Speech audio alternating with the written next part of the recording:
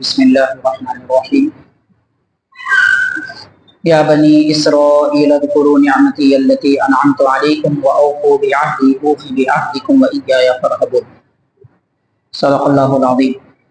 وقال اللہ تعالی فی شأن حبیبہ ان اللہ وملائکتہ یصلون علی النبی یا ایھا الذین آمنوا صلوا علیہ وسلموا تسلیما اللہم صل علی سیدنا محمد وعلی آلہ وصحبہ افضل صلواتک وعدد معلوماتک وبارک وسلم۔ معزز حاضرین محترم سامعین، السلام علیکم ورحمۃ اللہ وبرکاتہ۔ سورہ بقرہ کی آیت نمبر 40 تلاوت کی گئی ہے۔ اللہ تبارک و تعالیٰ اس آیت پاک میں بنی اسرائیل قوم کو مخاطب کر کے فرما رہا ہے۔ قرآن مجید میں بنی اسرائیل کا نام متعدد جگہ آیا اور یہ لفظ بھی کئی جگہ استعمال ہوا ہے۔ بنی اسرائیل کہتے ہیں ایسی قوم کو جو حضرت موسیٰ علیہ السلام کی امت کہلاتی ہے، اور آپ پر ایمان لانے والوں کو بنی اسرائیل کہا جاتا ہے۔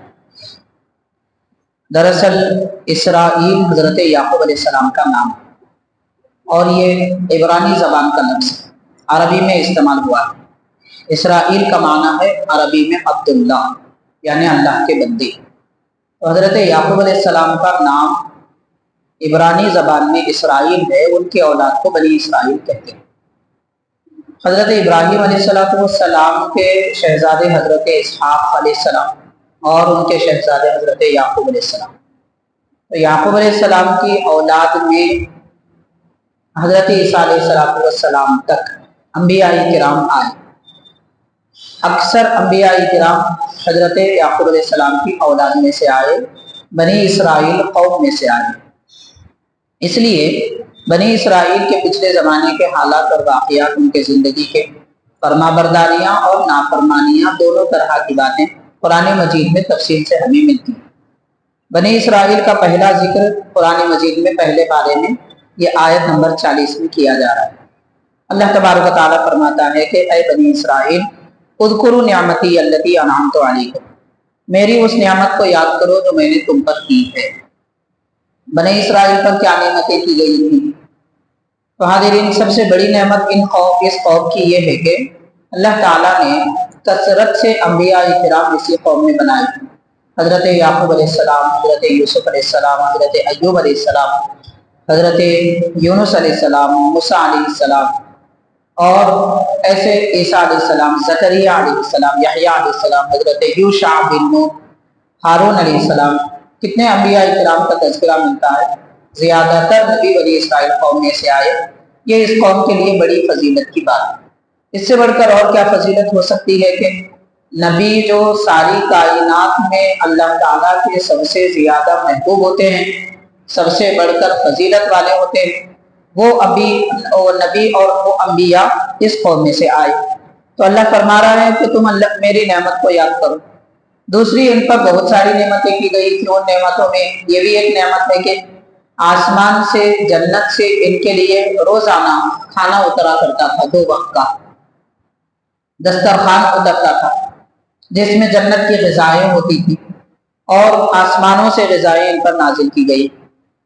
اور یہ سلسلہ 1-2 مرتبہ کا نہیں، تقریباً کئی سالوں تک اسی طرح یہ بغیر کسی دنیا کی غذا کے نعمتیں جنت کی دنیا میں کھایا کرتے تھے۔ تو ایسی ان کو نعمتیں دی گئی۔ فرعون جیسے ظالم بادشاہ سے بھی ان کو نجات ملی۔ فرعون اور فرعونیوں کو غرق کر دیا گیا، بنی اسرائیل قوم کو نجات عطا کی گئی اور دریا میں راستے بنا دیے گئے۔ یہ ساری نعمتیں ہیں۔ رب تعالیٰ فرما رہے کہ تم میرے نعمت کو یاد کرو جو میں نے تم پر کیا ہے۔ وَأَوْفُوا بِعَهْدِي أُوفِ بِعَهْدِكُمْ، کہ مجھ سے تم نے جو وعدہ کیا ہے وہ پورا کرو، میں تم سے جو وعدہ کیا ہوں وہ پورا کروں گا۔